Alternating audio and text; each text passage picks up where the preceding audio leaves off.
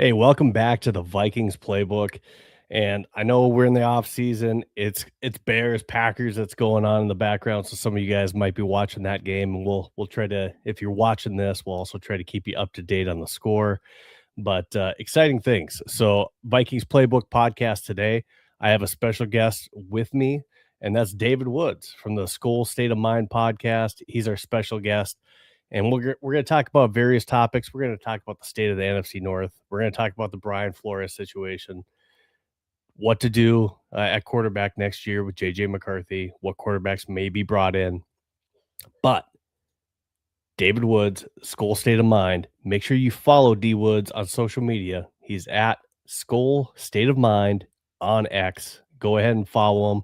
And with that, and no further ado, I'm going to go ahead and welcome him onto the stage. D Woods, how we doing? I'm doing great, man. I'm doing great right now, man. How about yourself?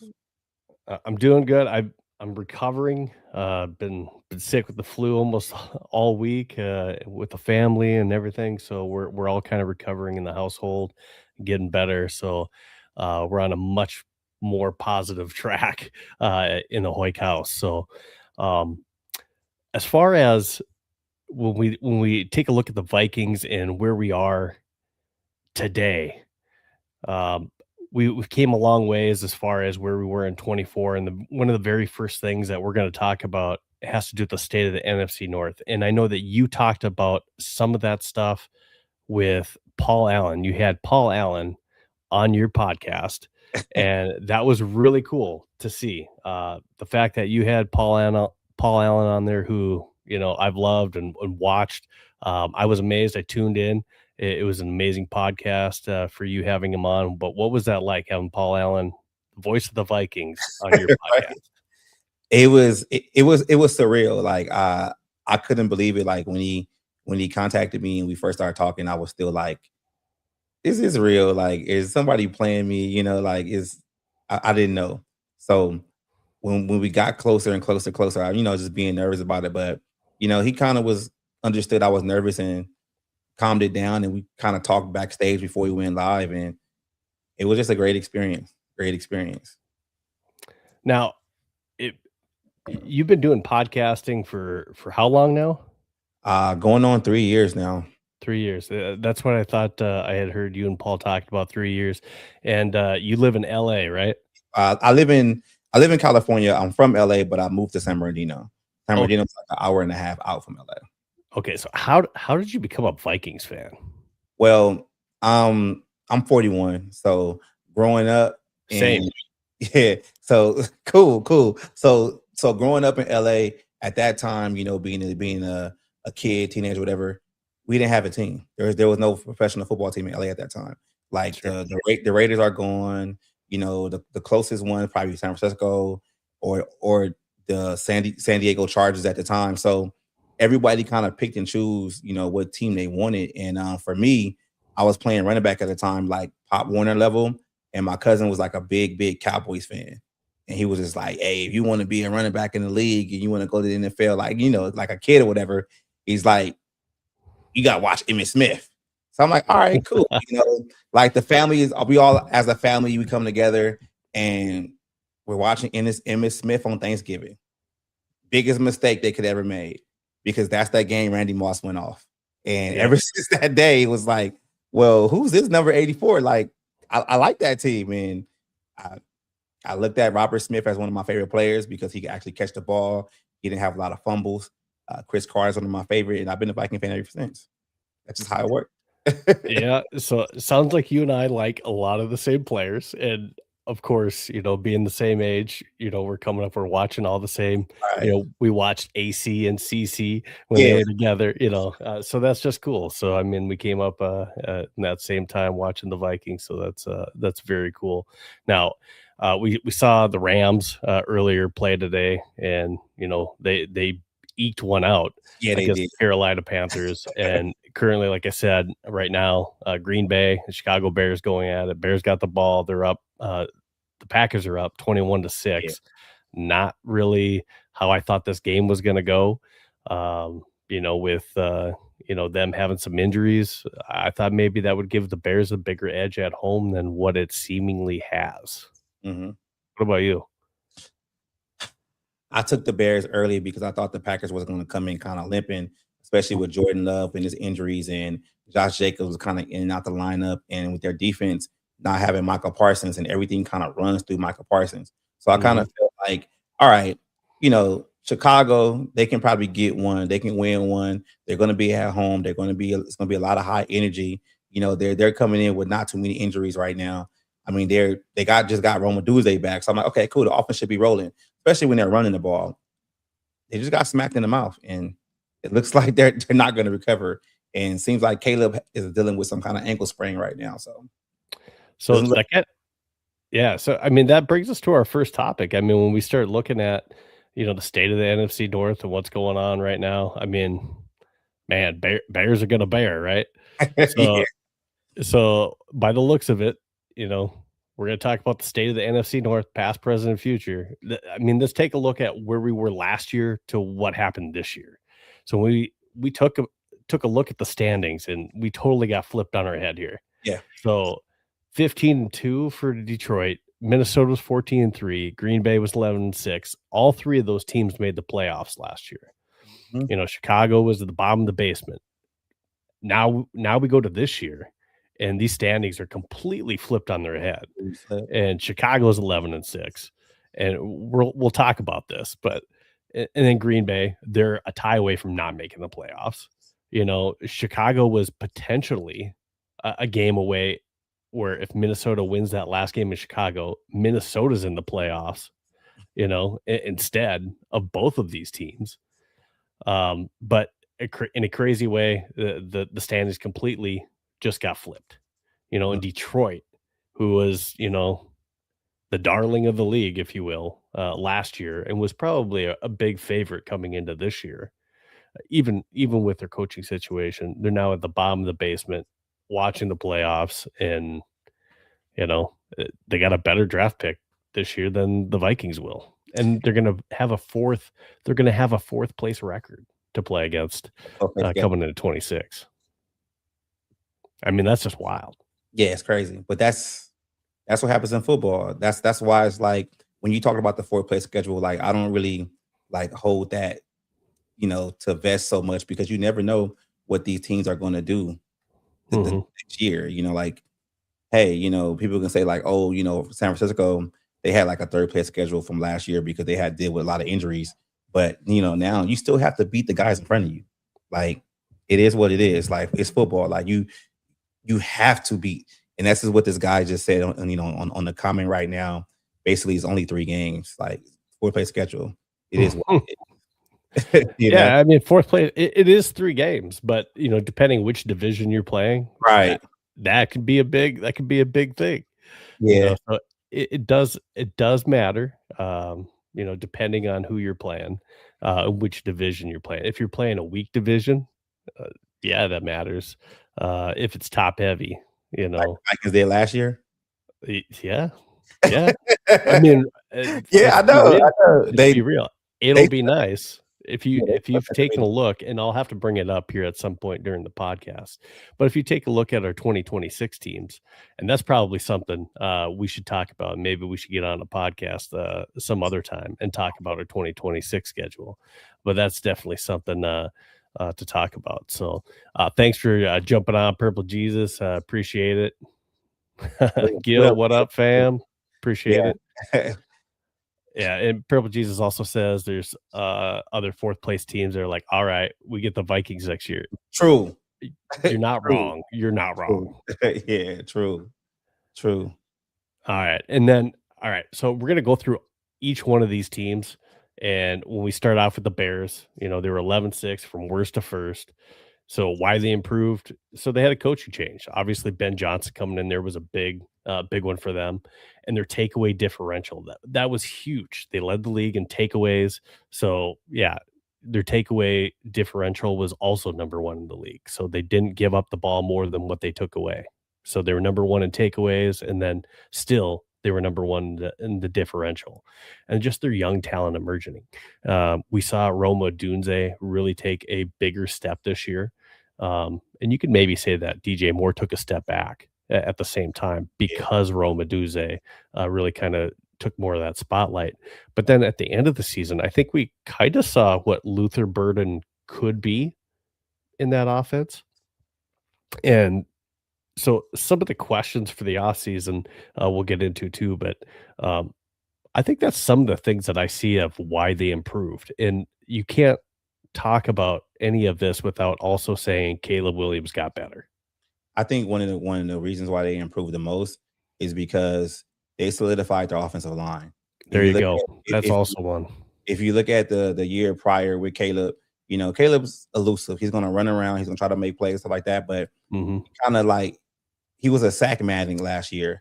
And I think they went in, they traded for Joe Tooney, and I think I forgot who else they brought in free agency. And that's just a Ben Johnson thing. Because if you look at Ben Johnson's offenses in Detroit, they had a solid offensive line to where they can, go down the field, they can run the ball consistently. And that's another thing you talk about too, like running the ball with Swift and Monungai. Monungai is like a 5th-round pick, but in Ben Johnson's offense, like it really doesn't matter. So I think it kind of started there, like to me, with solidifying the offensive line and allowing Caleb to get out there and make plays down the field and actually make plays with his feet. And like my boy Zoe just said, Ben Johnson's a great play caller. He is, man. He's close to the year in my opinion. I mean, we'll see how this game goes down. Did he have them ready to play? All right. So questions for the offseason for them. I think schedule. They're going to be playing a first place schedule next year. So we'll see how that, because some of the Bears they played an easier schedule and their point differential. They barely scored more points than their opposing teams. So, there was the talk like, are they a fake division champion? They did not have a winning record in the division either. They went 2-4 in the division. I think their point differential and what's going on with them is kind of exactly what happened to the Minnesota Vikings the first year with Kevin O'Connell, where the team kind of just hit the ground running with a new coach and they get to the playoffs and then they get smacked. Like it's kind of similar. I'm not sure the differential that we had that year, but it's kind of teeter-tottering on to be like the same scenario. Mm-hmm. Yeah. Yeah, some of the comments we have, Ben Johnson actually runs the ball. KOC's defense, he was getting better at that towards the end of the year at least. But yes, a little bit too little too late. But we did see it as we were starting to run the ball a little bit later in the year. We also were on a 5-game winning streak at the end of the year too. Bears needed defense. Yeah, I mean, their defense, they did have an injured secondary for it seemed like most of the year. They just could get healthy at that position group all year. And Ben Johnson over KOC, Ben doing it with his franchise quarterback. I mean, we'll see. I mean, how many calls? How many calls did we hear for Tyson Badgett last year with Caleb Williams in the second half of the season? That's all I'll say. I mean, I'm not saying that JJ is, the guy, but I'm just saying they went through it, and that earlier in the year I had a Bears podcaster from social media on with me, and we talked about that, and they went through the growing pains that we're going through, especially on the fan base side with JJ McCarthy, especially when he was struggling to where there were chances for, hey, let's get somebody different. He's not the guy. They went through that as a fan base last year with Caleb Williams and just the struggles and the frustration. So they kind of feel or see what we're going through right now as a fan base because they went through it and they were in that exact same position last year. They only had 5 wins as a franchise last year. So, all right. So jumping into the Packers. So Packers are 9-7-1. Yeah, playoffs again. And I put this before this game started, by the way. Same result, were they going to be one and done? Well, it doesn't look that way right now, right? Yeah. So why the Packers are back at the playoff mix, timely wins, middle of the pack in most key stats. So in a lot of stats, they're not like leader of the pack, if you will. in the league. And then the Packers addition of Micah Parsons, and that was good timing for them to where that really made a significant jolt. I think not only on their defense, but just overall with that team. I Yeah. think, and we saw for a while that everybody was jumping on the Packers bandwagon there for a while as favorites in the NFC. But they sustained some injuries. They had some key losses. And then, of course, Micah Parsons goes down with injury. So some questions are, can Green Bay bolster its various defensive holes? So they got rid of Kenny. Yeah, oh, man.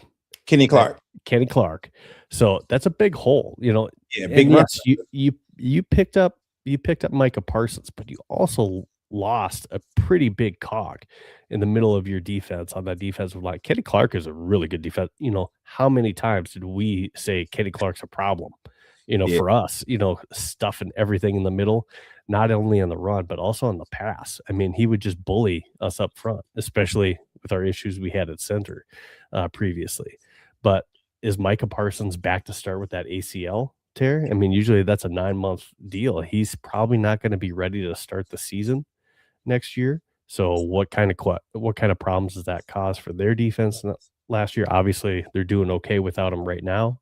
And then I put this again before the game, and this is stuff that I'm seeing from their fan base as well. But is Jordan Love the long-term answer with some of the struggles he's had in the playoffs? But yes, right now it looks like, he's going to get a win here in the playoffs, and we'll see how the rest of this year goes. I think this is his second playoff win. Yeah, second playoff win. If they win the game, there's still plenty of game left. But I like Jordan Love. I mean, I just think like when we're talking about the fan bases, Bears fan base, Viking fan base, Packers fan base, when you're developing a quarterback, you have to be able to sit back and take the lumps as they come. And not a lot of quarterbacks hit the ground running and just look amazing. And every year to year, look at what happened with Jaden Daniels this season. Jaden Daniels was electric last year. They went all the way to the NFC title game, but then this season he can't get on the field because of injuries. I mean, I would say out of the past 3 seasons, the best 2 quarterbacks, in my opinion, the young guys is probably Bo Nix and CJ Stroud. Like, they've been able to go to the playoffs consistently and, win games. Well, not Bo just yet, but his team does have the number 1 seed in the AFC. But with CJ Stroud, this is his 3rd year in the league, and actually his 3rd time in the playoffs. So he already has a playoff win. So you got to kind of have to like take the lumps, man. And I know we haven't got to the McCarthy topic yet, but I mean, you just got to go through the motions, man. You have to, like, you can't just be a team to where you always have to look towards other teams to fix your quarterback situation. You got to be able to sit back and develop them. It's going to look bad sometimes, but sometimes it's going to look good. Like, that's just how it's going to go. That's how I see it. Well, so I'm glad that you brought up CJ Stroud, and we'll talk out more about him. But did the Texans really feel that great about CJ Stroud yet? I think there's maybe some question marks there too. So, they're in the playoffs this year, but they're in the playoffs this year because of their defense, and because Davis Mills won some games while CJ Stroud was injured. So that's not. Give everything to CJ Stroud this year. I mean, they had, arguably number 1, number 2 defense, top 2 defense in the league this year that helped carrying them. And they had a backup quarterback come in and play better than CJ Stroud did. But that's how it's supposed to be. Like, not your backup coming in playing better than you. Not playing better, but like I think the league, they kind of like they don't pretty much like look forward to like backup quarterbacks. I like what Chicago did with Tyson with Badgett. They basically signed him to a multi-year deal to basically be behind Caleb for the foreseeable future. I mean, backup quarterbacks matter. And I bring up this conversation a lot. It's like, we're already in a 17-game season.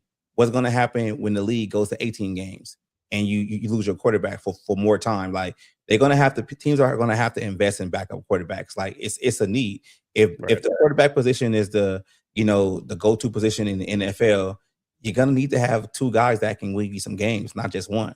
You can't just put all your eggs in one basket now because these guys can get hurt anytime. It's not a running back. You don't have three or four guys behind them that can come in and play. So with with Mills and what he did, that's great. That's great. I just hope he knows, he's still a backup because what happens is he'll take that, go to another team as a starter, and be a backup next year. Yeah. That's what happens.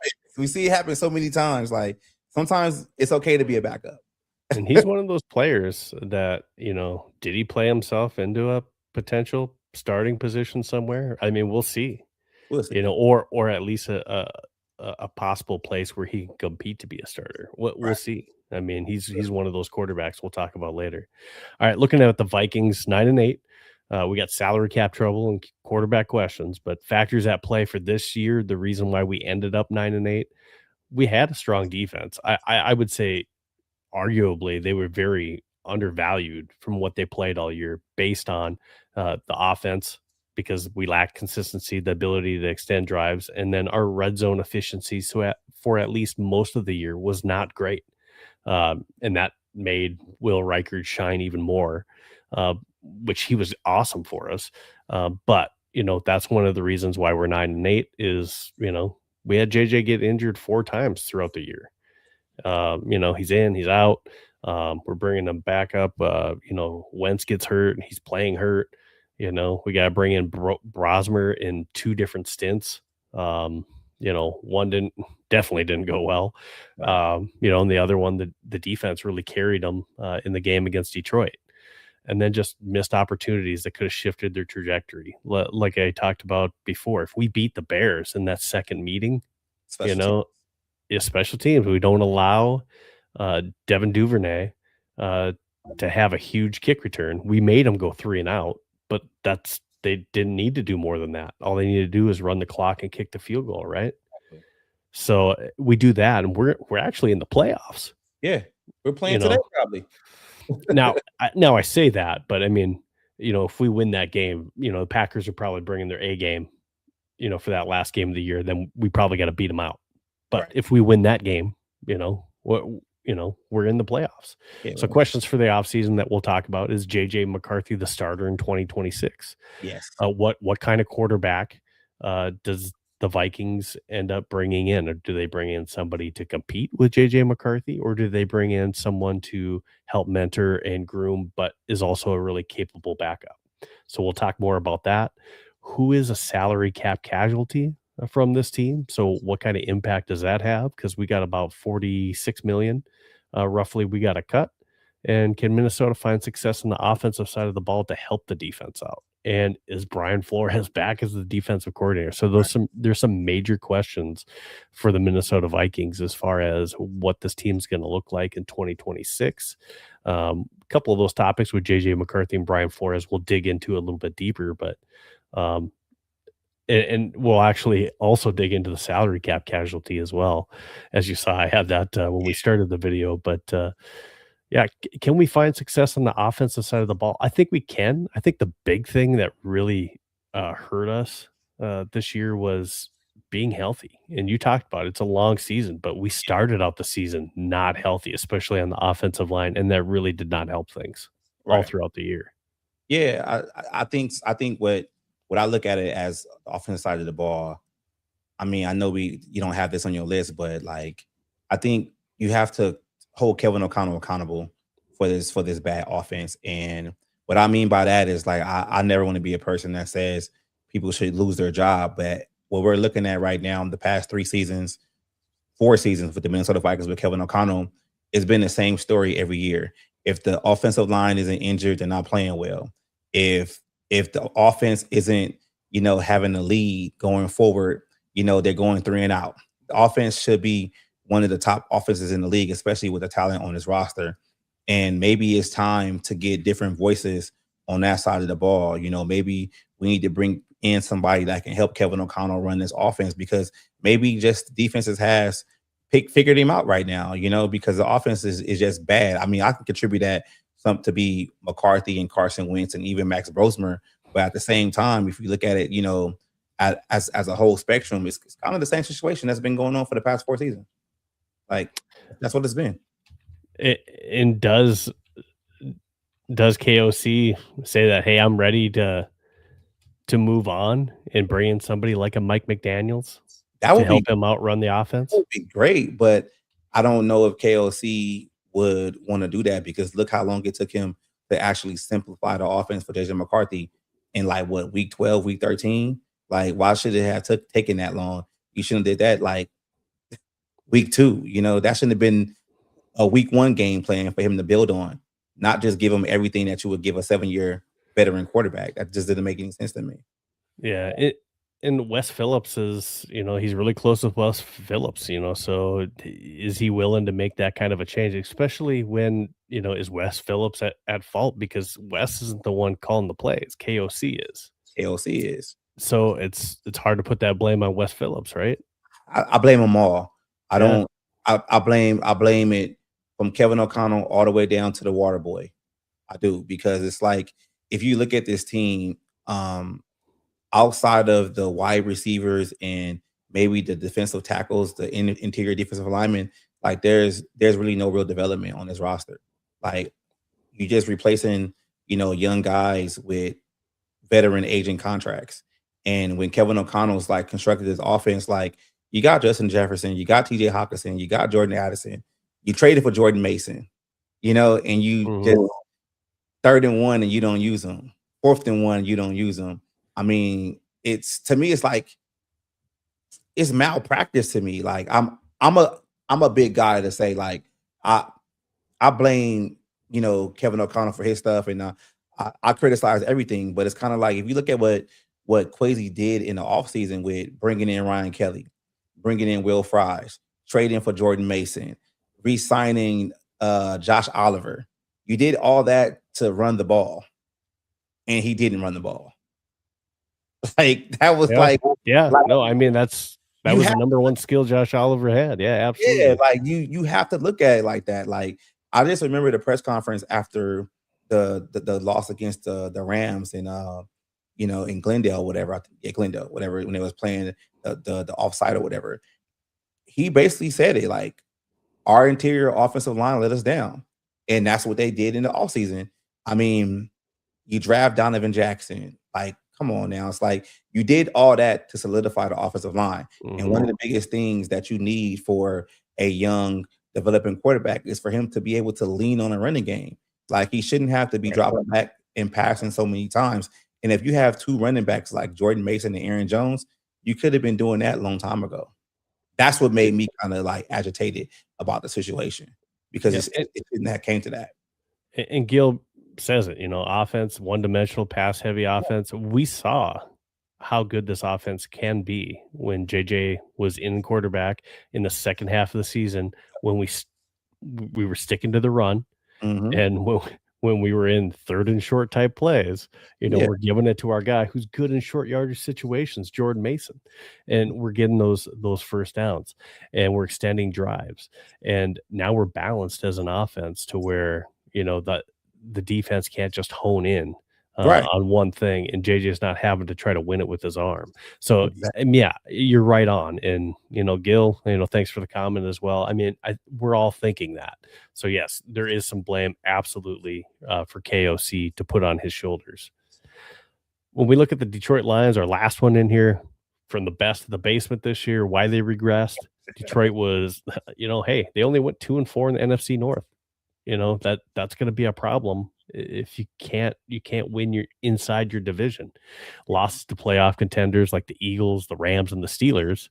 Yeah, they played a first place schedule, and that's that's why they had to play some of the teams that they did. But they lost a lot of close games. They were one of the best offensive teams in the league. They were top 5 in passing offense, top 5 in points scored.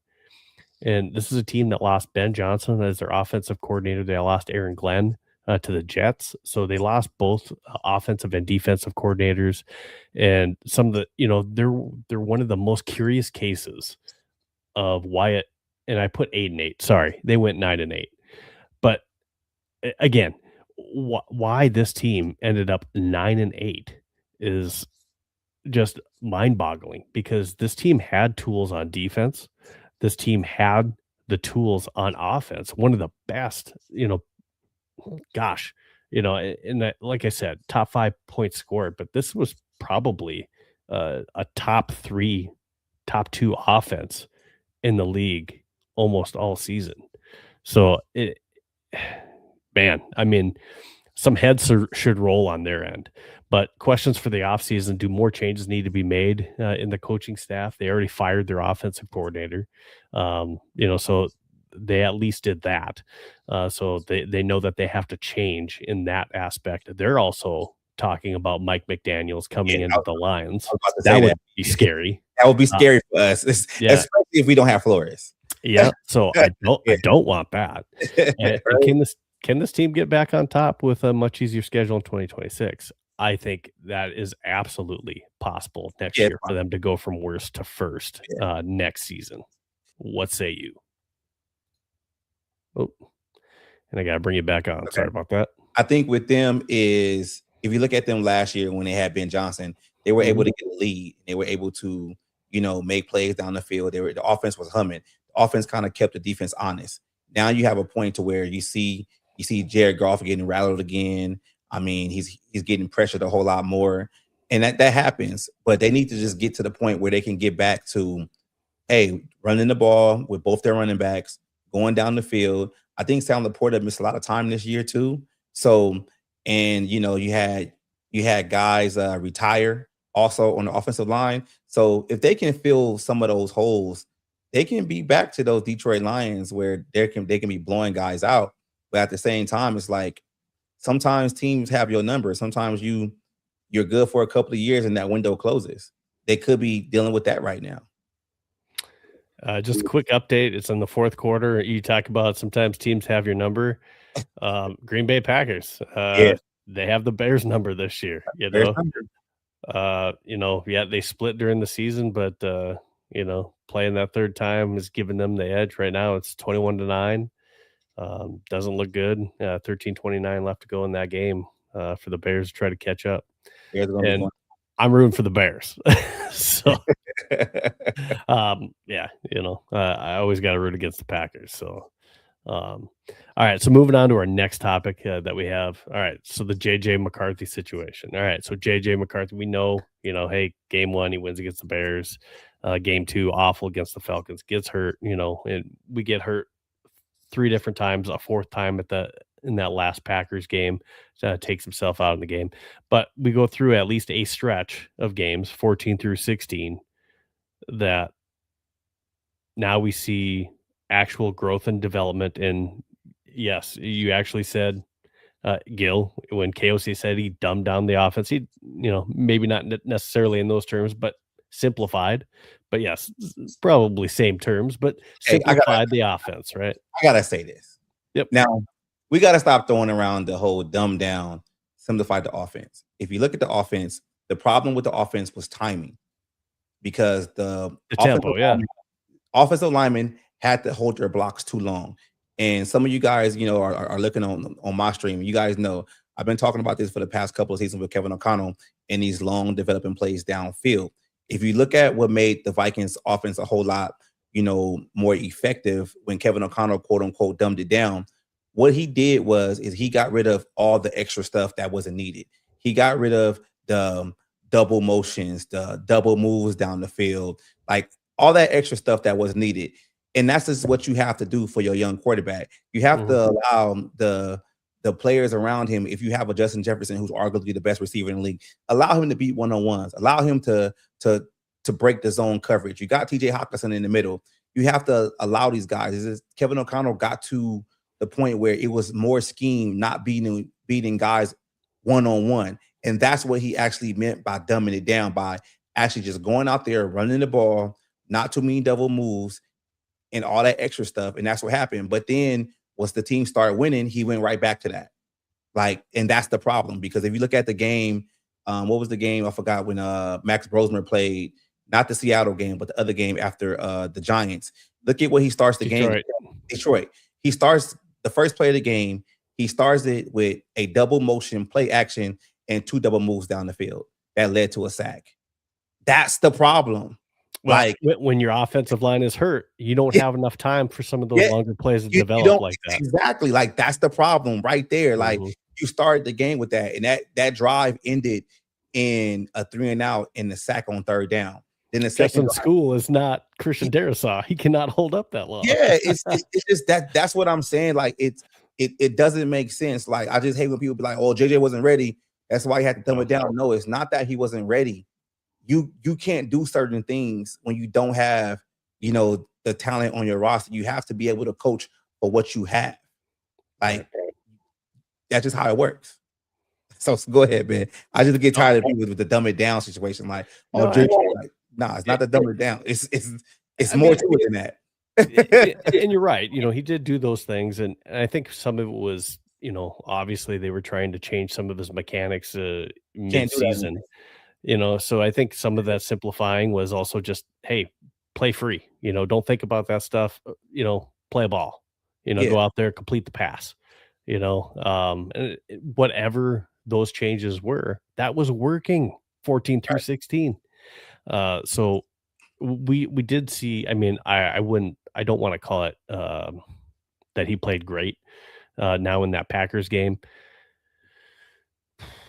So yes, he's got a fracture in the hand. And Paul Allen talked about it too. That, it's not a good look taking yourself out of the game, but at the same time, that's not all. I don't know how much we want to say like, hey, he got hurt again. He was already hurt. He was already hurt. He was Tried to playing tough hurt through it. in Yeah, the game. Yeah, he's trying to tough through it. And um, so you got to take that a little bit in consideration because it's his throwing hand. He was still playing. I would like to say okay.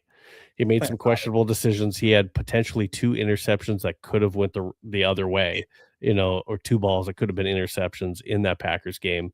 So again, he was making some passes where, it was great. That pass to tight end, and I know you talked about it with Paul to Sims, the tight end Sims. yeah, Holy cows! yeah. Even It's with there, a hurt, fractured hand, he right? was able to fire that ball. I mean, that was an incredible throw. And people that follow me on my timeline was just like, guys, wow. Like, Yeah, whether you hate JJ or not, that was an incredible throw. right. The Um, talent is there. he's got some talent there. He's got to reel in, the ability to make good decisions with the football and accuracy. I mean, that's the biggest thing with JJ McCarthy right now is making good decisions with the football and being more accurate with the football. If he can do those things, this is a football team that can have potentially the guy if Yeah. he can do that. I think when we're talking about the injuries too, like, I think we have to be a little honest about this whole organization with the players of handling injuries this whole season. Look at what happened with Christian Darrisaw in and out the lineup. Look at what happened with Carson Wentz. He basically played on just one arm, basically. Look at Yeah, look at the biggest one that people don't talk about that kind of bothers me the most is the issue with Jalen Naylor. Jalen Naylor hurt his hand in the offseason and doing training camp or whatever, and they basically told him he wasn't going to be able to play week 1. But then he flies to LA and he goes and gets a second opinion and gets surgery and he plays week 1. Like, there's something going on with the training staff that's not right. Like that's just what I'm seeing, because it's like you're seeing guys come in and out the lineup. Guys are risking injury to go out there and try to gut it out. And for people to kind of come at JJ McCarthy for him coming out the game for already being injured with a hairline fracture on his throwing hand. yeah, Like, he didn't tear his ACL. He didn't hurt his other hand. This was the injury he came into it.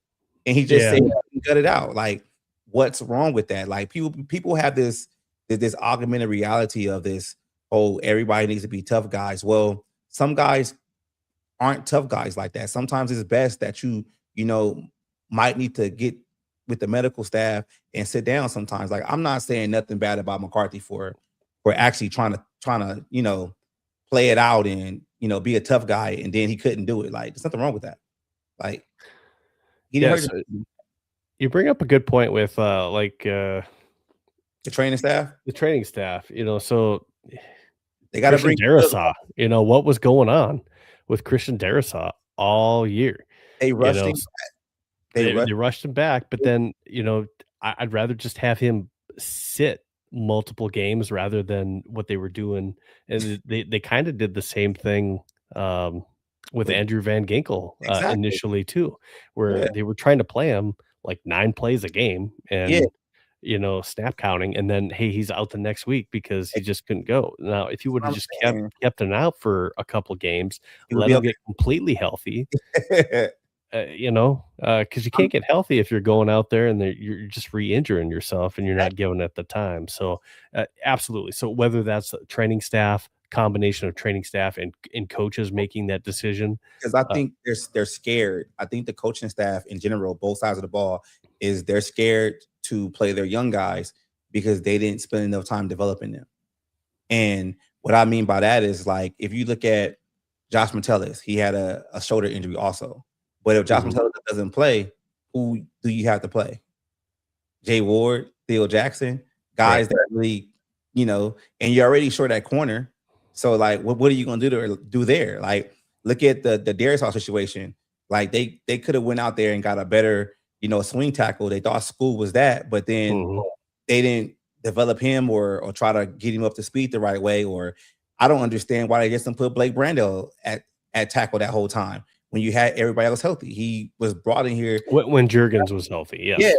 yeah, like he was like, I don't understand it. Why did you could have just put Brando there at tackle, but at the same time, it's just like there's a lot of wonky things going on with this team that's not being talked about, a lot. But I just see it through a different perspective, man. It's like I ask those questions because it's like there's no real development on his roster, and that's why these guys are forcing these injured players to play because what do they have after that?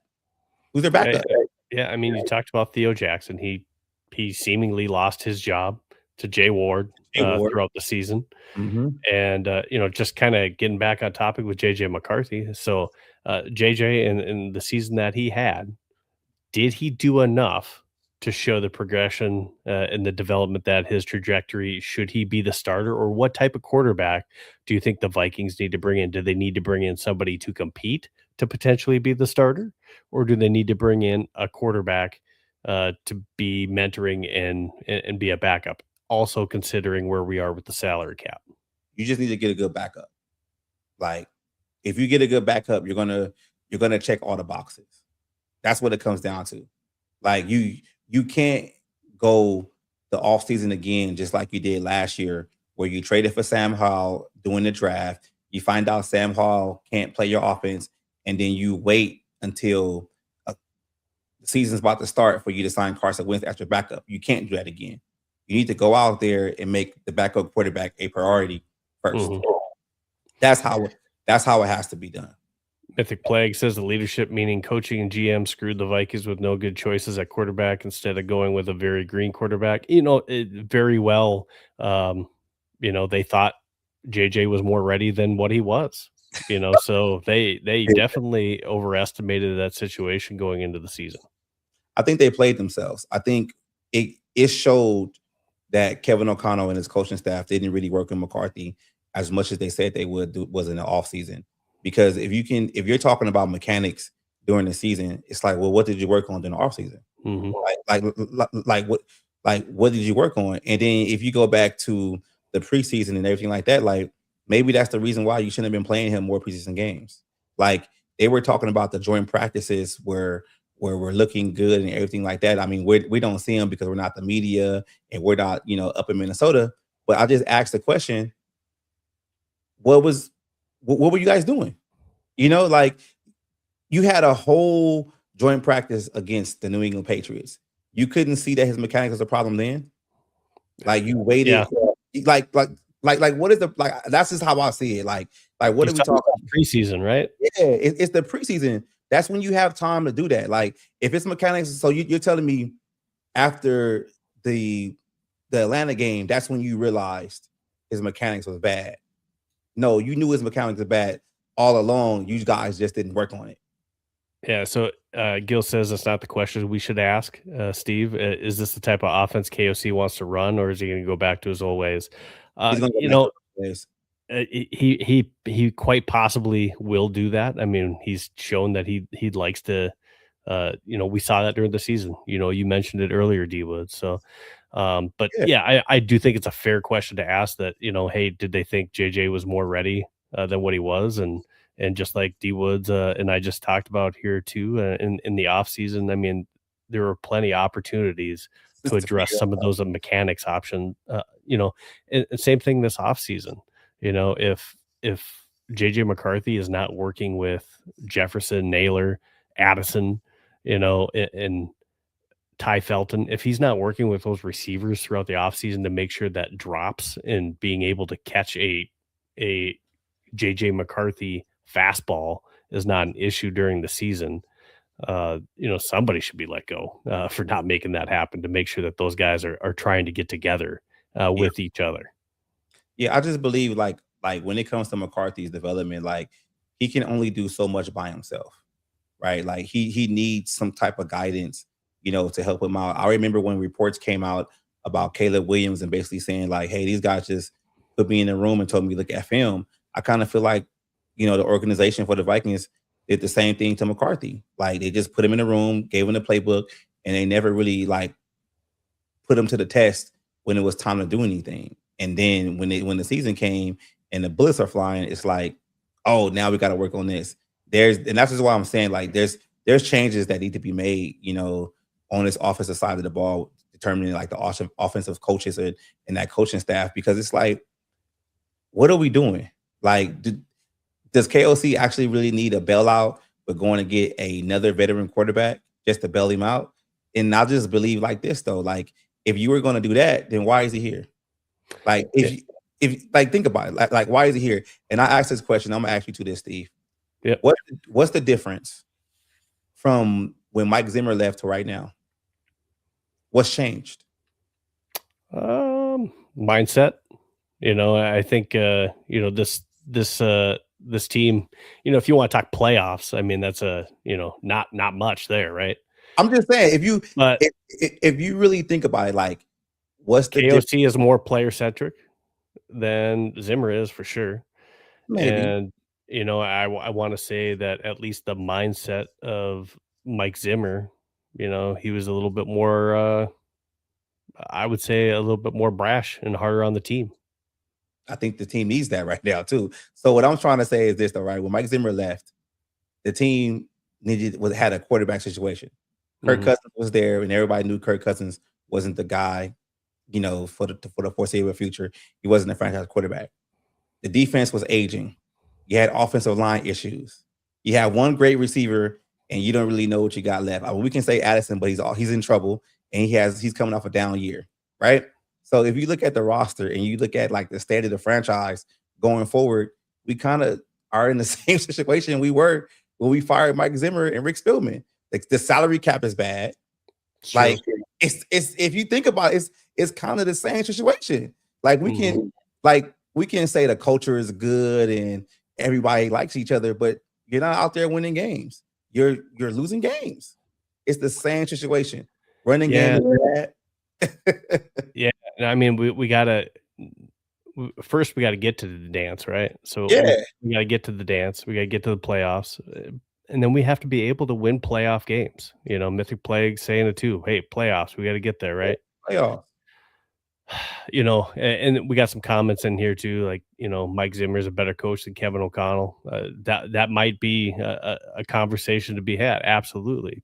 But what I will say is you got to put some onus on JJ McCarthy as well here. He's got Yeah, to be able to one stay be healthy. healthy, right? He's got to be available for this team, be able to win. And especially if we're going to end up bringing in a quarterback that's going to be a backup instead of someone to compete that can come in there and win games. And then two, or three, maybe, we need to make sure that JJ McCarthy, you got to be able to, you're the only one that's actually able to throw the ball on the field. KOC can't throw it for you, so you making good decisions with the football, making sure that we're not one of the top teams on giveaways, holding the ball too long, causing fumbles, pick sixes. We just can't have that. So I'm making okay. good decisions with the ball. I'm okay with that. Well, pick sixes? I'm okay with that because this is what I believe. Like I said this earlier during the offseason last year that I figured McCarthy was going to lead the league in picks the first 7 weeks, and people were killing me for it. They're like, "Why are you saying that? That means McCarthy sucks." It's like, no, it doesn't. That means he's going to have to figure out how to get that ball in tight windows, and the only way you figure that out is if you actually take the chance. And like you have to be.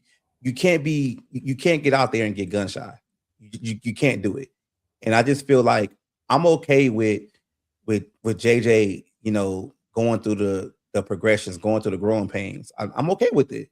Because like if we, and I ask Viking fans this all the time, if we want JJ to be the guy, he's gonna have to go through the growing pains. Absolutely. We saw him last year. And as a friend and us as a fan base, we're gonna have to go through it because aren't you guys tired of the mercenary quarterbacks? Every time it's time for us to basically, be a perennial playoff team, we got to get a veteran quarterback from somebody else's team to come in here and be our quarterback savior. Like that's how the Vikings have always been, for the past 20-something seasons. Mm-hmm.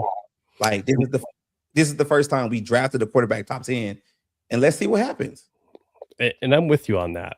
So we'll take a look at these quarterbacks, and I'm in the same camp you are. And anyone that follows me on social media or have seen my podcast in the past, I've been preaching, hey, some patience, and that this fan base isn't used to grooming and developing a young quarterback. You're going to go through lows, and that's kind of why I was bringing in some of the the Bears went through this with like a Caleb Williams. The Packers even have dealt with some of this with Jordan Love. Yeah. On a different level, but definitely we're in the low period, and hopefully there is much higher highs with JJ McCarthy, but we don't know if we're willing to give up this early on JJ McCarthy. You just don't know.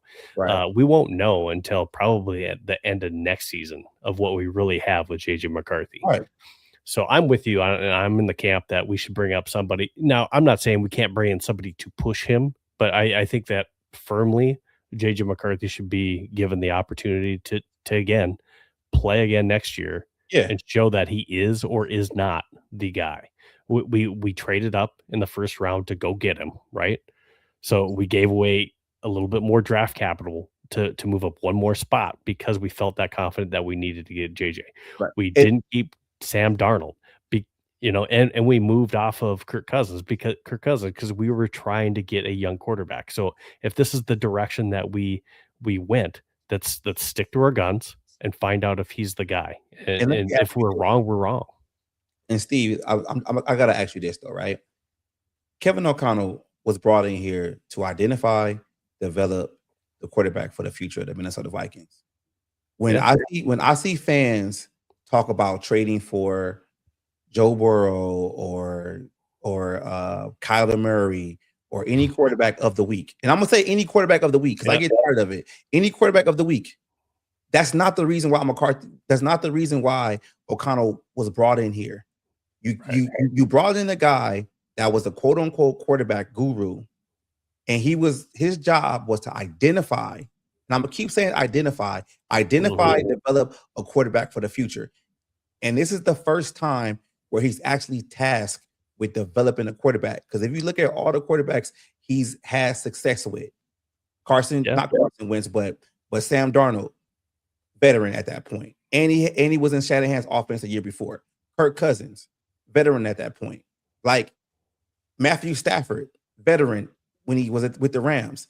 This is the first time Kevin O'Connell has to sit back and develop a quarterback. And if he can't do it, I have to be honest with that and say, then maybe we got the wrong guy as the person identifying the quarterback. Because like that's just how I look at it. Absolutely. And I've seen some of the comments that Steve's a KOC guy. I'm just in the same camp. I'm going to look at it from the same lens as I'm looking with JJ McCarthy. And just like you said, this is the first time he's had to develop a rookie quarterback, right? So I'm going to give him a little bit of grace as well, too. And going into next season, I need to see that he can develop a young quarterback. So he went in with his approach this season. It wasn't the right approach. He needs to be able to show this next year that he can develop a young quarterback. Otherwise, this year I didn't think KOC was on the hot seat, but next year, if he can't develop JJ McCarthy, and we have another repeat season, I do think KOC is on the hot seat. I do think that that's a possibility, but I have to give him a little bit of a grace period with what happened this season with JJ getting hurt as many times as he did, missing the games that he did, and with the offensive line really just being a mess the entire season. So I'm not saying he gets a complete pass on the season. I'm just saying it's not like he had the whole season to work with JJ McCarthy and work through different things. That's all I'm saying on the KOC we talk side. about the offensive line, right? And I have this issue with the offensive line. I understand you can't predict injuries and stuff like that.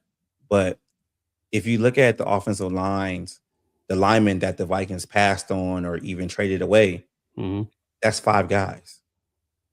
5 guys that could be playing swing tackle, swing guards that are not here. Like if you look, everyone gets on here and they criticize Kwesi for the draft picks, but Ed Ingram started 2 years consistently, never was hurt, and he goes to Houston and is basically one of the top guards in the league. People got on here and they complained about Gary Bradbury being too small and being forklift every time. I think he plays tomorrow for the New England Patriots as the starting center. They were complaining about Ed Ingram too, right? You know what I'm saying? I mean, you have Adarian Lowe, who you drafted in the 6th round of the 22 draft, and you traded him away to New England, and he's their swing tackle, which you already said Justin Skol can't do it. But you had a swing tackle in-house that you could have developed, but you traded him away. You had Ezra Cleveland, who you traded away because you wanted to bring in somebody cheaper in Dalton Reisner, and he plays tomorrow too for the Jacksonville Jaguars, right? And like you have all these guys that are playing well elsewhere that the Vikings drafted. I mean, we're sitting there watching this Bears games right now. Andrew Booth was traded for Noshawn Wright. He couldn't get on the field for some reason, to play corner.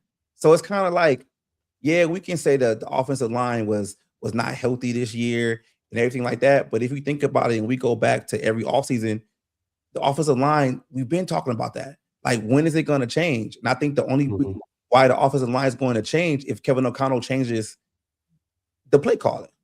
You get what I'm saying? Like those long development plays down the field, you have to change something schematically to kind of make these offensive linemen not have to block so much. You not hold their block so much. And when I talk to offensive linemen, they say one of the main problems with the Vikings is offensive linemen want to go forward, not backwards all the time. So if you run the ball and they want to bulldoze a little bit. Yeah, exactly. They want to get nasty a little bit. And if you don't do that, you're going to have problems. Like, you went out and you spent money on Ryan Kelly and Will Fries. And I'm not sure if you're a PFF guy. I don't really like PFF that much, but I just use it as a marker because people's the PFF grade, right? If you look at Ed Ingram's PFF grade against Will Fries, they're basically the same guy. And you gave Will Fries all that money when you already had him on your roster. Offensive line coach, right? Probably a conversation that we need to have, right? That's what I'm saying. Like, you gotta call it out for what it is, man. Like, absolutely. I'm just honest and transparent, man. Like that's just how I see it, man. Like, we gotta stop with the same excuses, man. With it being the offensive line, that was a problem last year.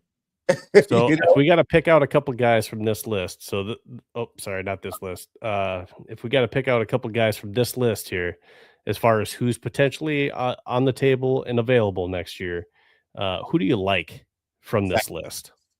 Zach Wilson. I like Zach Wilson. Zach Wilson. Anyone else that, if you had to pick 2 or 3? Jimmy Garoppolo.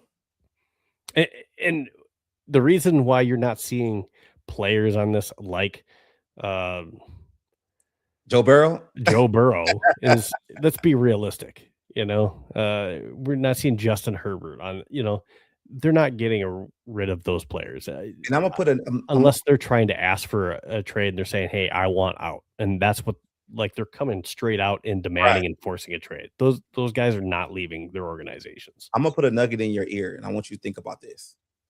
If you look at some of the players that KLC trades for or signs, either a quarterback or running back, look at where those players come from. Aaron Jones, Matt LaFleur, same offense. Mm-hmm. We had a good year with Sam Darnold, Kyle Shanahan, same offense. So I asked the question, what can KLC teach? Because if he's actually having to go pick from, Shanahan or LaFleur, then what is he teaching? Because the whole thing with Mac Jones is, Mac Jones are similar system quarterbacks. Exactly. But like, what are we saying here? Like, you have to pick from your guys, because whatever you're doing in Minnesota outside of that is not registering with anybody. That's just how I look at it. Like, it's weird. Jordan Mason came from where? Kyle Shanahan. Yeah. Niners, yeah. Right? So it's like, come on. Like, what are we doing here? Like, it has to get better. Yeah, Mythic Plague says Mac Jones, Bridgewater, Wentz, Keenum, Flacco are the ones I would wish for. Even Cousins. I didn't put Cousins on here just because, money situation wise, unless he's going to get rid of that contract, we don't want that. I hear people calling for Teddy, but again, I'm past. Yeah, I'm past Teddy. For me, when I take a look at this list, I'm actually, depending on the price tag on some of these, in Davis Mills would attract me as a potential option. I don't think it's even a possibility. Malik Willis is on this, but I think he's going to be competing for a starting position. He's in a similar position that we saw Daniel Jones. Some people had mentioned Daniel Jones. Why is he not on the? He's going to be a Colt next year. All right. And he can't play next year. And he's not going to come back here to not be a starter, because it's going to be the same conversation. Daniel Jones can't play. He broke one leg and he ruptured his Achilles on the other. Yeah, so I don't know. I'm out on Daniel Jones for next year. That's where I'm at. Other individuals that I might be okay with coming in here and being a backup. So we're talking about, because that's where we're at, right, D Woods? Yeah, backup. We want to see another year, right? Another year. We talk about the system, right? I'd be okay bringing in Jimmy G as a possibility, because he's a system quarterback in that system. He's experienced and can actually do some mentoring in that system, right? Right. And you got him on here twice, so I think you. I did. I apologize. Yeah, you're right. I do have him on here twice. I think you really like him. Yeah, so I must really like him. I'd even be okay. I talked about this with a couple other people. I think Skol Geek, I think, and I talked about it too. Joe Flacco, I'd be okay with that one too. If he can still play, he's getting a little bit old for me to be in that. But I like Davis Mills. I think Davis Mills also gives you the opportunity to, say if you had to pivot, there might be something there with Davis Mills.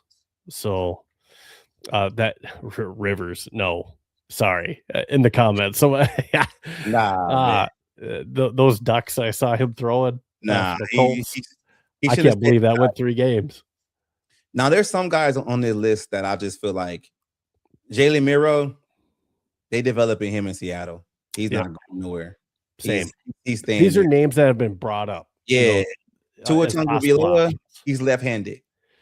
Okay, so this might come up next year. Where are you at on Aaron Rodgers? There's people on one side, they're like, man, even though everyone hated that.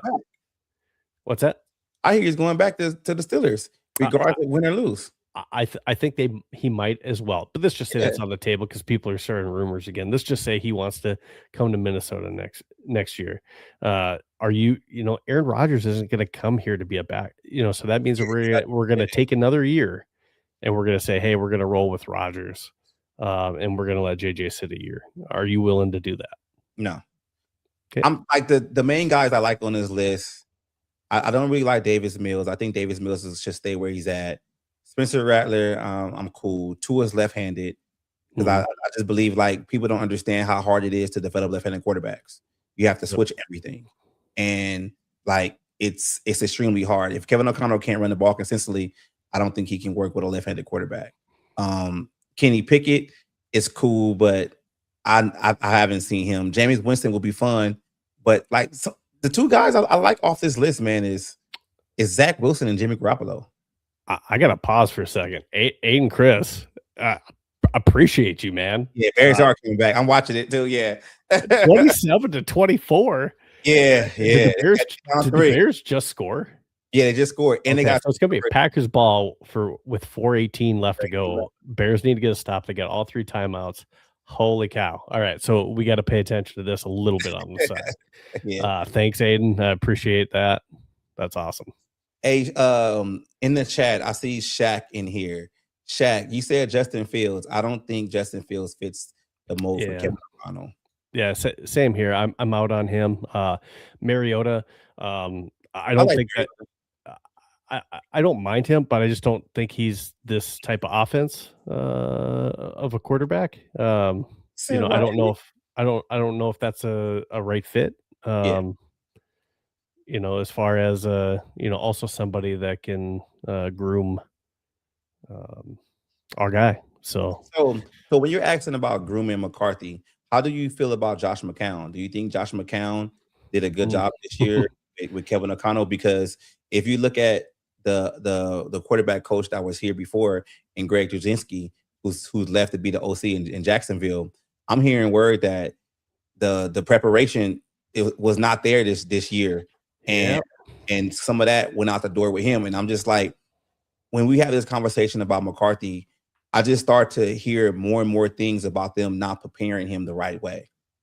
I'm really starting to hear that, because if Greg Drudzinski was the guy preparing the quarterbacks from week to week, and Josh McCown, isn't doing it, and he didn't do it to a certain extent, it's like, hey, maybe we need to make a change like quarterback coach too. So the Vikings messed up in letting Greg Udinsky go. So what they should have done is they should have found a way to keep him, whether that be promote him, possibly even make him the offensive coordinator if they needed to do that. They could have fired him. Probably should have been. You're hearing reports. Again, these are rumors, but you're seeing the same thing I'm seeing. Right. That we should have, there at least this is supposedly coming out of the Vikings camp, that we should have done whatever we needed to do to keep Greg Udinsky. So if that's the case, yeah, I mean, they're missing that. They're missing that. Yeah, it's sometimes you don't know what you miss until it's gone. Absolutely. And all right, so moving on, we're going to go into topic 3 now. There's a lot of stuff we could probably talk on the JJ situation, but Brian Flores, is it time to panic yet? And the reason I ask that is, so now I did an article on this too, and a unique stance on this. yeah, so I also write for purpleptsd.com. One of the articles I did on Brian Flores is, also who I think should possibly replace him. And one of the individuals that I recommended was, basically his protege in the defense, which is Durante Jones. And now with Brian Flores, he's got a couple different interviews here lined up. Now, I'm not hearing that he's a front runner for any of those jobs, which is also interesting. Everybody waiting on Harbaugh. Yep. So I'm not hearing that he's and Stefanski potentially too is possibly a lead front runner in some of these jobs. So with Brian Flores, possibly leading us in a holding pattern, if you will. Now Durante Jones, the Cowboys are going after Durante Jones. We're seeing Durante. So we're possibly going to be in the position, because we're waiting on Brian Flores, that we can miss on Durante Jones and Brian Flores. Is it time to panic yet? I think Viking fans need to chill. And when I say we need to chill on Brian Flores, is we got to read the room, and we got to understand what we are dealing with when we brought in Brian Flores. He was going to always have an expiration date. He was never going to coach the Minnesota Vikings defense for an extensive long time. I'm still surprised he did it for 3 seasons. And if you look at Brian Flores' resume, the guy already has four titles with New England as a DC, or some capacity as a defensive coach. Now, he's talks multiple times about it only being 32 teams in the league, and he would love to be a head coach again. And I hear people say, hey, throw the bag at him, give him a lot of money. It doesn't matter. If he wants to go be a head coach somewhere, he's going to go be a head coach somewhere, regardless of you trying to give him a fancy title or, more money. At the end of the day, he wants to be a head coach. He wants to be able to run his own organization. And we should be at this point right now. We should be preparing ourselves for Brian Flores to leave. We should be looking at guys like Jonathan Gannon. We should be looking at guys like Raheem Morris or even Swartzy, like, Jim Swartz. We should be looking at guys like that because Brian Flores has already said multiple times that he wants to be a NFL head coach, and the Vikings can't block him from that. There's a reason why he didn't sign an extension where he's a free agent right now, where he can go anywhere without the Vikings say so. So I'll just say, it's sometimes things come to an end. And I'm not trying to say Brian Flores isn't a good head coach, because I think he's a great coach. But there comes a time where he's going to leave. And that time might be this season. Now, if he doesn't get offered a head coaching job and he wants to wait till next season, then we're going to have the same conversation next season. But eventually, Brian Flores is going to leave. And Vikings need to figure something out outside of Brian Flores. They need to be having conversations in the front office thinking about Brian Flores' departure, because it's going to happen. So I'm with you on this. So when we take a look at these head coach openings, there's 8 different openings out here. And when I take a look at these, for at least, and if I'm Brian Flores, the article I wrote, I don't think he leaves for some of these bottom tier jobs. I got one guy. I got one place where he's going. Okay, so I think the Raiders and the Ravens are key locations for him. Yes. I think the Falcons could be a possible job for him too. I think those are the 3 jobs that he'd be interested in taking. I don't know about the other ones, but I think those are the 3 jobs. But I just think that there's too many this year. And the thing I worry about, and just like you said, we have to prepare for him not being the head coach here. Prepare for him not being the defensive you said it coordinator here in this job, right? You said it right. Yeah. Brian Flores knows they're not going to fire Kevin O'Connell to make him the head coach.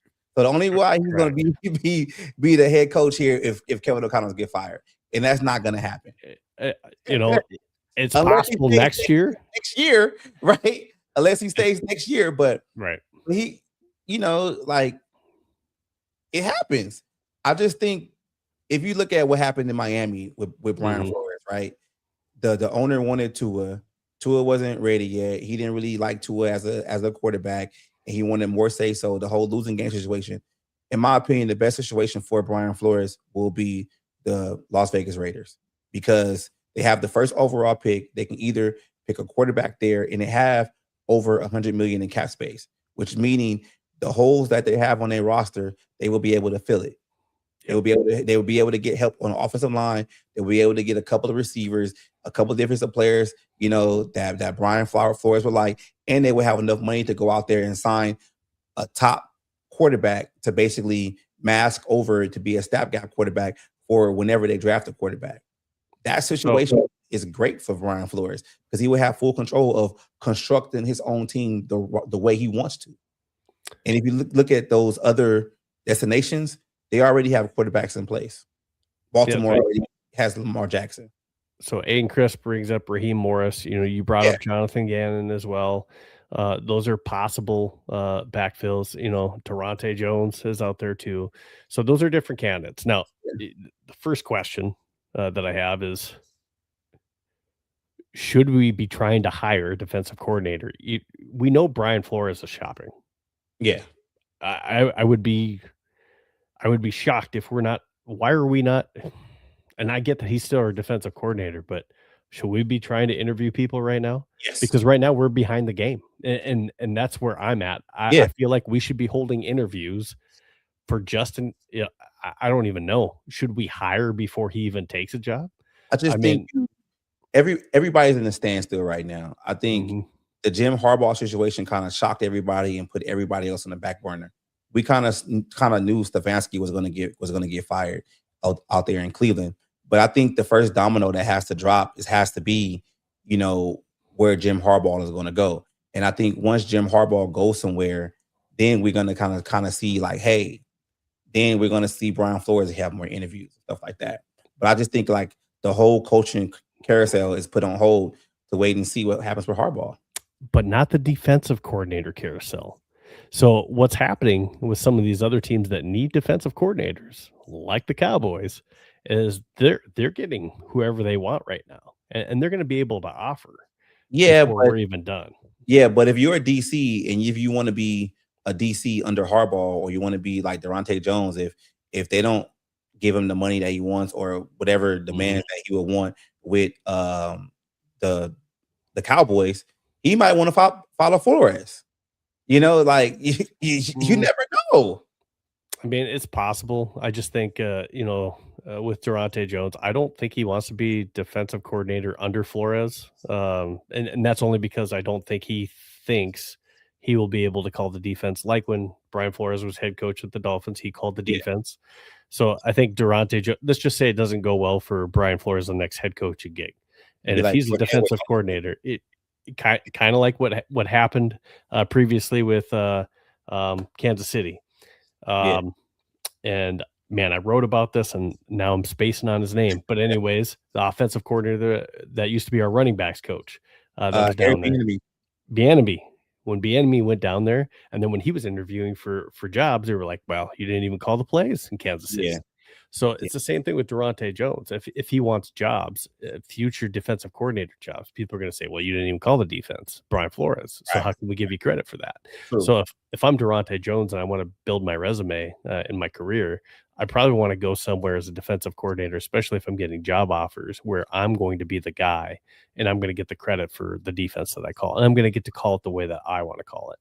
So if I'm Durante, that's what I want to do instead of being in Brian Flores' shadow. That's true. I get that. So maybe he does go to the Cowboys. I just think maybe the DCs is out there. The Vikings, just they're stuck right now.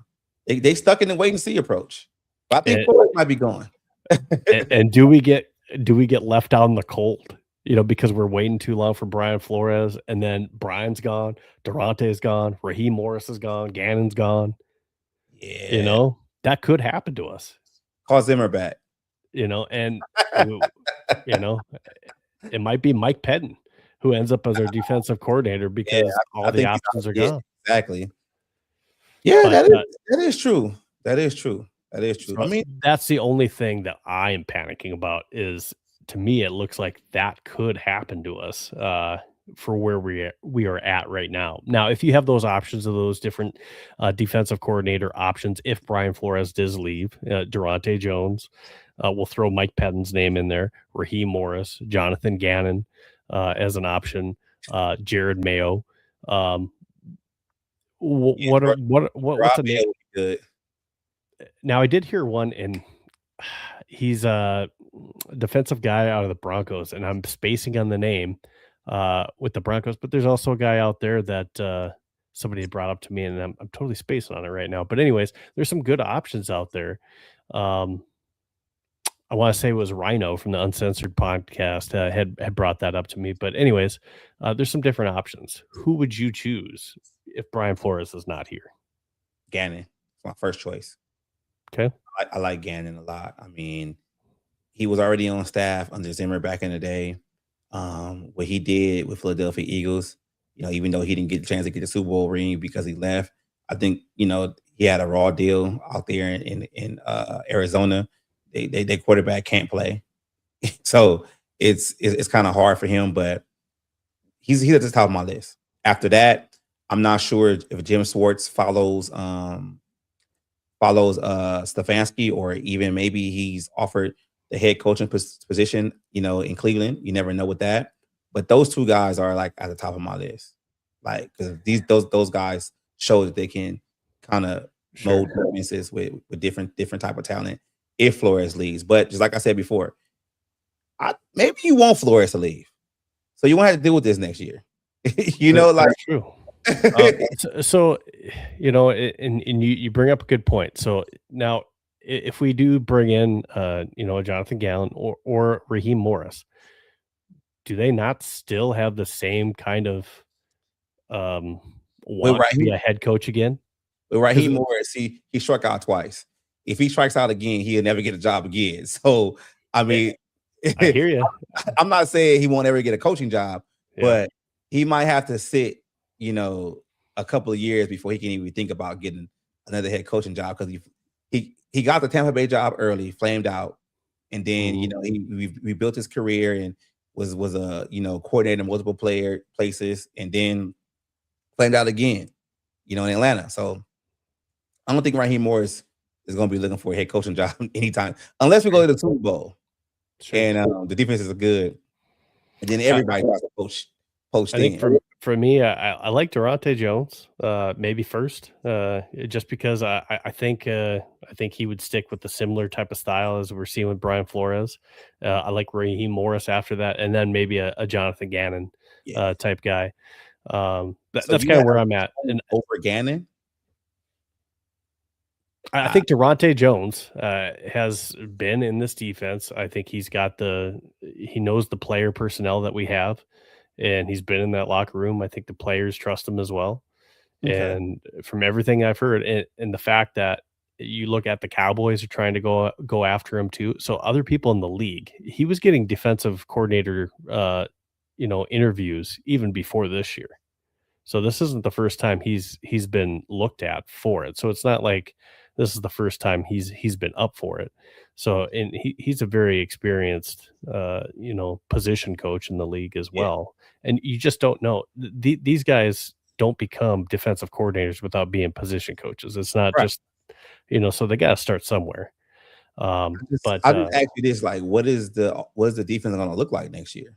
The reason, one of the main reasons why I want Gannon is I want to get past this whole Brian Flores situation. And there's no slight against him, but this defense is going to look really different next year. Harrison Smith is not here. Let's talk about it. Yeah, Harrison Smith is not going to be here. You only have 2 corners on this roster right now. Mm-hmm. Your middle linebackers are aging. I mean, what are you going to do with Grenard, Van Ginkel, and Turner? Because you need to find a way to get all 3 of them on the field at the same time. I mean, your interior defensive tackles. I mean, what's going to go there is like that's kind of the reason why I'm not trying to hold on to Durante Jones, because I'm like, I might need to bring somebody in here who has the experience of calling the defense and constructing the defense. I might need to trust that more. That's why I'm saying Gannon, because it's like these guys might have to rebuild defense. The Bears just scored. Bears up. Shut up. Yeah, 30-27. There's still a lot of time left, though. There's still minute 43 left to go in the game. But Bears just scored. Yeah. Aiden, you don't know what's going to happen with Eric Wilson. So if we're trying to hold on to what happened last year might not even be accessible because it's going to be a whole new defense. And I would rather trust somebody who's constructed a defense from scratch before versus somebody who's, just like you said, just been in Brian Flores' shadow. Mm-hmm. I mean, good points. When we take a look at salary cap casualties on this team, we've heard names like Aaron Jones, potentially TJ Hawkinson. Yeah.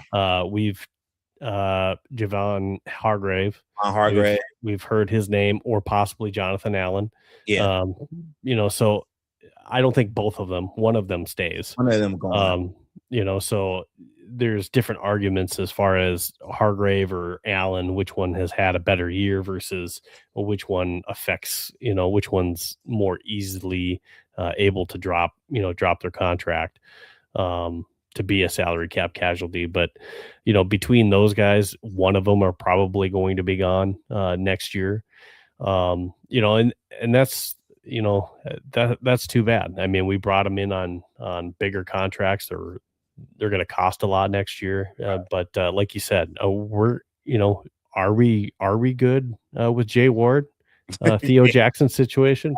Probably not. So we got to be good in the draft. Yep, we got to be good in the draft. So I think we are for sure. So those of you doing mock drafts out there, I think there's definitely going to be probably a corner in our future, if not a safety in our future. Early in the draft in those first 3 rounds, there's got to be a player in there. And then I think at least on the inside defensive line, I think we do like LDR a lot. Yeah. I think Elijah Williams. they like what we have in Tyrion Ingram Dawkins. Mhm. Elijah Williams looks like, and I'm hoping just his Jalen trajectory just goes Jalen like Redmond. crazy, and he Yeah. ends up being a Jalen Redmond type guy where Yeah. he shows some flashes and he comes in next year and it's just like, hey, we're ready to let the guy go, because he looked like an animal early on in the season. So I'm hoping that's the case too. And you bring up good points too. And I don't think we're anywhere close. Like, we love Andrew Van Ginkel. Jonathan Grenard has been talked as a possibility as a trade candidate, but I'd like to keep him. I'd like to keep him, but we'll see what happens. Are you are you a basketball guy? Yeah. I always throw the analogy when people are talking about Bernard and Turner. I'm a big Laker fan, Kobe guy, of course, right? When Kobe was drafted, there were multiple guys in front of him, right? You had Serge Savalas, you had A.D. Jones, and you had Nick Van Exel. Kobe could play all three positions, right?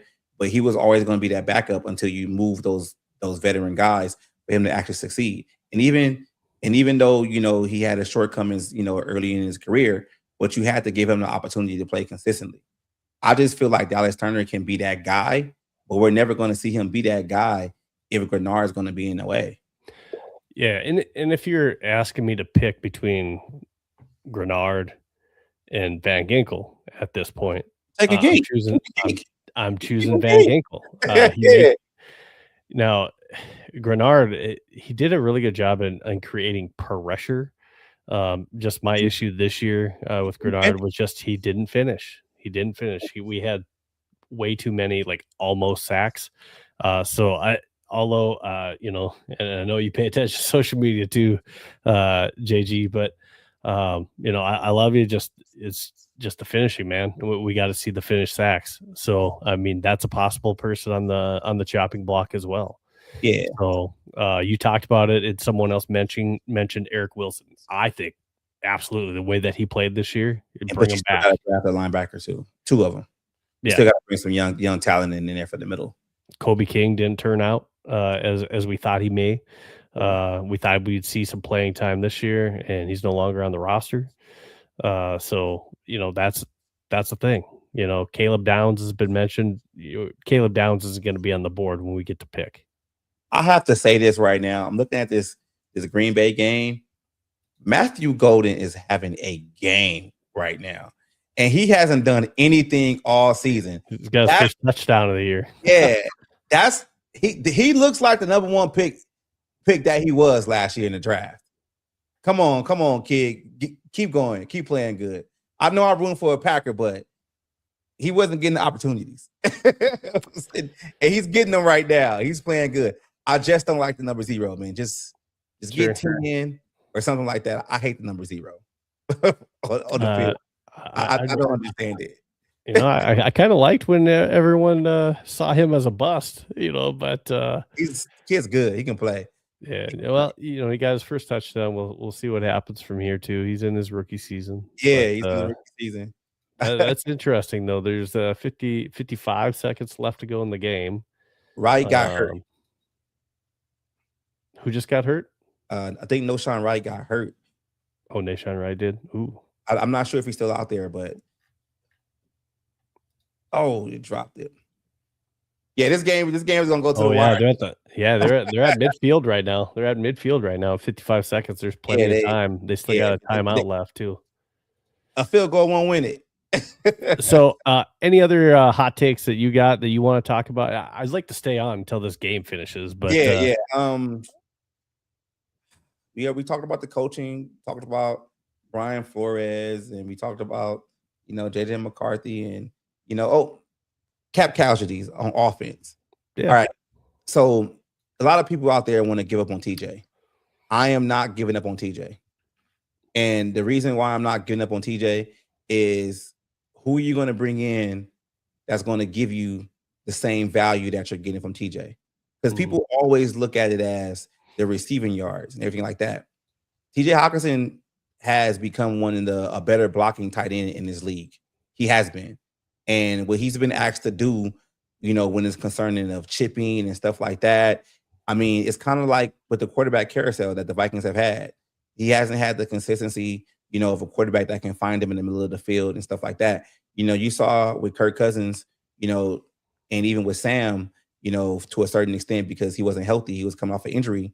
But you just don't come off of those, MCL, PCL, ACL injuries and be the same guy, the same year or the next year. It takes time. So what I'm saying is, if you try to bring, if you want to get rid of TJ Hawkinson and the guy that you bring in here, what if he can't block? What if he can't do this? What if he can't do that? Like, we got to always understand that there's different things asked of these players. And just because the stats are not always there, like I tell people all the time, like I work with guys that play fantasy football. I don't care about your fantasy team. Like I don't. I have guys telling me all the time, like, oh, Justin Jefferson is killing my fantasy league, then trade him. Because I don't care about that. Like, oh, TJ Hawkinson sucks because my fantasy team, like, there's more than playing tight end than just stats. It is. Yeah, and TJ didn't have the consistency at quarterback, just like we didn't see that Justin Jefferson. He didn't see the numbers like you talked about. So, are we going to judge Justin Jefferson's, season based on he didn't put up the numbers? I think that's fair to say for TJ as well. All right. So one thing I thought about, I had like a wow, how did we not talk about this? But Jordan Addison, Jalen Naylor situation for next year. Don't do it. Don't do it. So, obviously we want to keep both. We'd love to keep both individuals. But in order for that to happen, one, we gotta shed cap room. Right. Two, we got to be able to outbid to keep Jalen Naylor if that's the case. But if we don't, is Ty Felton ready? Okay, that's another conversation. Yes. And then for Jordan Addison, I don't think he had the type of season where he's ready to say, I want that big contract. I'm hoping he's saying, I want another season to prove, that way he can get a bigger contract. And that gives us at least one more season with him before he, we have to make the big payday. I'm hoping that's the case. What do you think? I think Addison stays long term. I think they figure out what they're going to do with Jordan Addison as a number 2 receiver. I'm not worried about Addison leaving. Jalen Naylor at the same time. I think if he wants to go, then let him go, because we've seen Minnesota make the mistake with a number 3 receiver playing with number 2. We had that problem with what's his name, with KJ Osborne, where he was a number 3 with Adam Thielen, and then when he got to the number 2 role, it looked like he had stone hands and he couldn't get open. I mean, you drafted a guy in Ty Felton in the 3rd round to be your number 3. Let him be the number 3. Like, just let him be the number 3. Like, I don't understand like this fixation of, oh, we got to keep Jalen Naylor. Jalen Naylor's contract is up. You drafted Ty Felton in the 3rd round. Like, he needs to get an opportunity to play at some point. And people are saying like, oh, well, he has to beat the guy. But if the guy that he needs to beat is already a projected number 2, then he's not going to get on the field. He has to beat 3 guys to get on the field. So you need to make it easy for him, but you have to be more cautious with that situation. It's like, if you drafted him, then hey, let him play. Oh, the game's over. Oh, no. I thought it's 3 seconds left. Yeah. 2 seconds left. 2 seconds left. Oh, Jordan, no, you just ran that. Ooh, hit the hand. Oh, it's over. They gotta score a touchdown. They going home. Yep. Let's stay with us here. On the clock. Let's see what happens. I mean, this is an exciting game for a Green Bay Packers Chicago Bear. 7 seconds. So they got more time on this clock. They gave us some more time. Here we go. Aaron Rodgers ain't playing. So they ain't getting the home cooking, that's for sure. Bears aren't getting that. You wasted too much time. What are you doing? Throw the ball. Oh man. Oh man, what are you doing? Just If nothing's there, throw the ball, go to the next down. So this is going to be a fair question now. What were you? Oh my God, Jordan Love, man. So Jordan Love. What was that? So these are some of the things that Packers fans, it's a final 31-27, Bears win.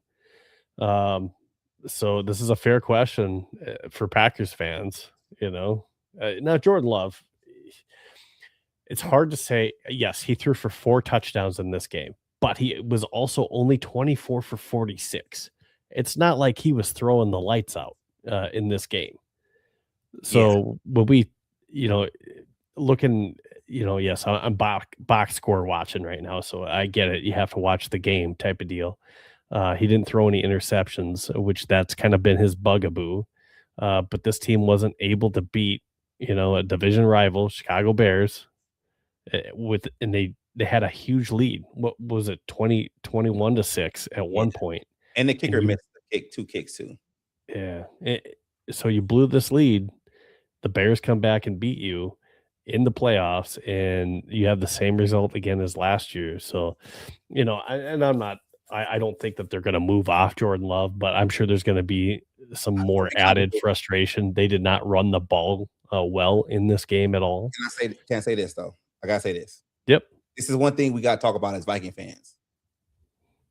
In a division with the Chicago Bears, Green Bay Packers, Minnesota Vikings, and Detroit Lions, one coach has not won a playoff game. Yeah, he's got to get a playoff win. Ben Johnson just won a playoff game. Mm-hmm. Kevin O'Connell is still 0-2. Yeah. Dan Campbell's won multiple playoff games. Like I said, we have another season like we did this year. Next year, I think KOC's in the hot seat. I think this makes this looks bad for the Viking fans right now. For all the Kevin O'Connell guys out there, Ben Johnson just won a playoff game. I think KOC's in the hot seat next year. For sure, there's going to be added pressure for him to be able to show that, like we talked about, he needs to show that he's able to develop a quarterback. And then 2, the play calling. Yeah, play calling. He has to be able to show that he's able to have a balanced offense, better play calling, no weird, TJ Hawkinson run plays, but let's make sure that next year we come into it with, a more focused approach with JJ McCarthy, because whatever we did last year didn't work this year. So we got to do something different, right? We got to do something. So yeah, I think the pressure's on them now. It's a really tough division. We're the only division that every team in the division had a winning record. Right. So for 2 years in a row now, we probably have the toughest division the NFC North playing in. So it's the most competitive. But we went 4-2 this year.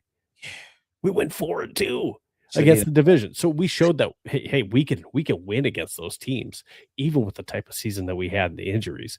So I think there's no we swept the Lions. I think right? I think there's no reason that we can't go into next year saying that, hey, if we get above